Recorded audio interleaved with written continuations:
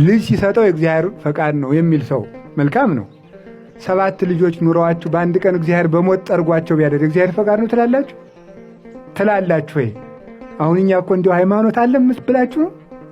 እግዚአብሔር ቅዱስ እንጦንስ ምን አለ? እግዚአብሔር የትውልድን ድካም ስለሚያውቅ ያበውን መከራ በልጆች ላይ ያመጣውም ብሏል። ቢያመጣው ኑሮ አንድ ቁሞ የሚገኝ ሰው የለም። ሁላችንም እምቀዳሚ እስከ ነዳሃሪ ድረስ ከላይ እስከ ታች ድረስ ሁሉም ወጥቶ ያልቅ ነበር። ግን እኔ ስለሌው ማስረጃ የለኝም፣ የራሴን ነው የምናገር። ሁላችንም ደካሞች ነን። የሚያጸናን በቸርነቱ ነው። ለፈቃዱ የሚጸና ልቡና ያድላል። አንድ ሰውዬ ሄዶ የአንዱ ሰውዬ ሚስት እኔ ጋር በጀበኝ ኃጢአት እንፈጽም አላት። አይሆንም፣ አንተም ሚስት አለች እኔም ባላለች። ግድ የለሽም አይሆንም፣ በሌላ ቀን በዚህ ቀን ናሽ አለችው። ሄደ። ምን ልታደርግ ነው የመጣህ አለችው። እሺ ብለሽኝ የለም እንዴ አላት።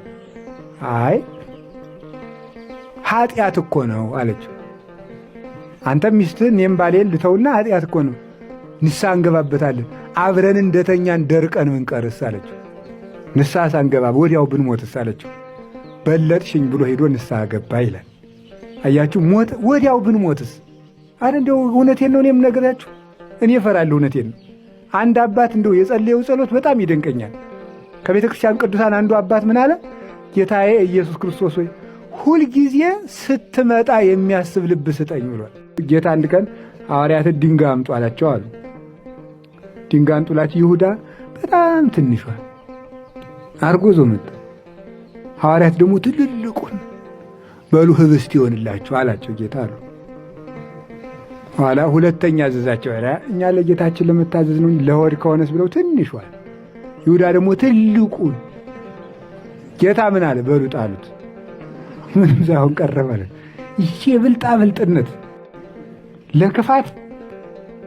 ለክፋት ልጅ ነኝ፣ መልካም ሥራ ገና ነኝ እኔ ገና ቁርባን ዛሬ ጀምሬ ይላል። ደግሞ ልጅ ነኝ፣ ለክፋቱ ደግሞ አለሁ ትላለህ።